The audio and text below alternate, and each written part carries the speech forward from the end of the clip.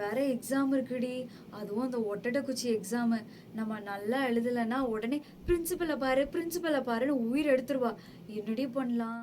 அவளாவது exam ஆகுது, அதெல்லாம் பார்த்துக்கலாம்டி. ஈஸியா அதெல்லாம் கிளியர் பண்ணிடலாம். நான்லாம் சுத்தமா படிக்கவே மாட்டேன்டி, பார்த்துக்கலாம். A few moments later.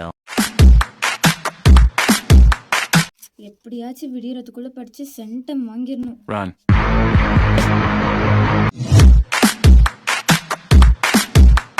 எல்லாம் படிக்கலன்னு சொல்லிட்டு சென்டம் எடுத்துருவாளுங்க.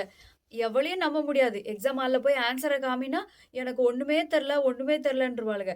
எவளையும் நம்பாம இந்த டைம் நானே பிட் எழுதி, நானே பார்த்து எழுதி, நானே பாஸ் ஆயிடுறேன். நம்ம ஃப்ரெண்ட்ஸ் யாருமே படிக்க வேண்டாம்னு சொன்னாங்க. ஆனா மனசு ஏன் படின்னு சொல்லுது? மூளை படிக்காதன்னு சொல்லுது, மனசு படின்னு சொல்லுது. என்னதான் பண்றது? ரொம்ப கன்ஃபியூஷனா இருக்கே, ரெண்டு மனசா இருக்கே. சரி பசங்க தூங்கும்.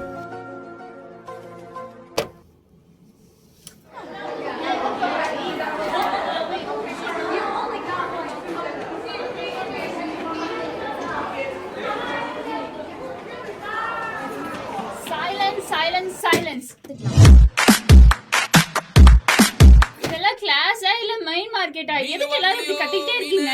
வந்துட்டா ஒரு கொண்டையும் போட்டு சோடா புட்டியும் போட்டுட்டு நம்ம உயிரை வாங்குறதுக்கு. நீங்க எல்லாரும் லட்சணமா இருந்த ஆன்சர் ஷீட் என்கிட்ட இருக்கு, எல்லாரும் வந்து வாங்கிக்கோங்க. வினோதா, நீ மட்டும் தான் ஃபெயில். நீ நாளைக்கு உங்க பேரண்ட்ஸ் கூட்டிட்டு வரணும். வந்து பிரின்சிபல் சாரை பார்த்துட்டு அதுக்கப்புறம் வந்து என்ன பாரு. எஸ் ஃப்ரெண்ட்ஸ், எக்ஸாமில் ஃபெயில் ஆனது நான் தான். அதற்கு என்னதான் என் ஃப்ரெண்ட்ஸ் காரணம்னு சொல்லி என் மனசை தேத்தணும்னு நான் ட்ரை பண்ணாலும் உண்மை என்னன்னா அதுக்கு என்னோட இருமனமுள்ள இருதயம் தான் காரணம். இன்னைக்கு நம்ம அன்னைகளுடைய வாழ்க்கையில் நம்ம எப்படி இருக்கோம்னா இருமனம் உள்ளவர்களாக இருக்கிறோம்.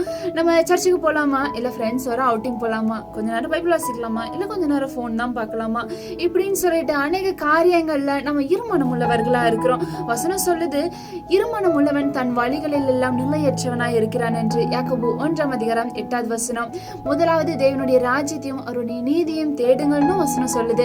சோ இன்னைக்கு நீங்க உங்களுடைய வாழ்க்கையில இருமனம் உள்ளவர்களா இருக்கிறீங்களா? உங்களுடைய இருமனதை இயேசு நாமத்தினால எடுத்து போட்டுட்டு தேவனுக்குரிய காரியங்களை, தேவனுடைய ராஜ்யத்தை தேட ஆரம்பிங்க. நான் அது எக்ஸாம்ல தான் ஃபெயில் ஆனேன். இதே வாழ்க்கையில நம்ம ஃபெயில் ஆனோம்னா நித்திய நரகம் தான் முடிவு. சோ இருமனம் உள்ளவர்களா இருக்காதீங்க. Bye bye. Thank you. God bless you.